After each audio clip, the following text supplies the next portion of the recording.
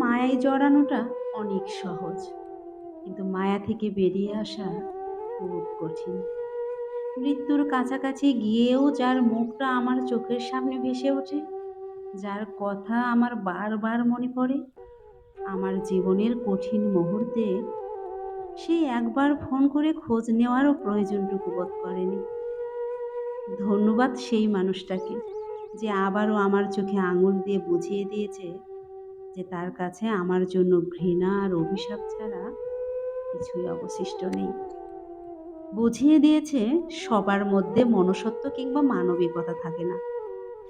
আপনার জীবনেও যদি এমন কেউ থেকে থাকে, যত তাড়াতাড়ি সম্ভব তাকে মন থেকে মুছে ফেলুন, তাহলে জীবনে ভালো থাকবে। আমার আর ইচ্ছে নেই কারোর প্রতি মায়া বাড়ানোর।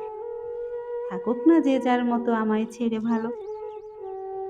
দূরত্ব বাড়িয়েছ ভালো থাকবে বলে, হয়তো কাছেও এসেছিলে তোমার প্রয়োজনে। তোমার এই আসা যাওয়ার মাঝখানে শুধু আমার ভালো থাকাটা শেষ। মৃত্যু কারুর কারুর কাছে খুব ভয়ঙ্কর জানো, কিন্তু আমার কাছে শুধু মুক্তির উপায় মনে হয়। তোমাকে যতটুকু ভালোবেসেছি ততটুকু ভালো আমি নিজেকেও বাসিনি।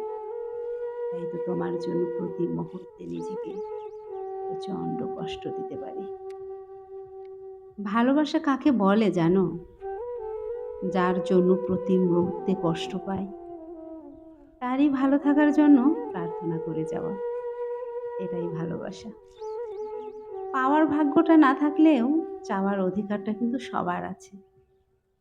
আমি তোমাকে পেতে চাই না, তুমি সারা জীবন ভালো থাকো, এটুকু আমি শুধু চাই।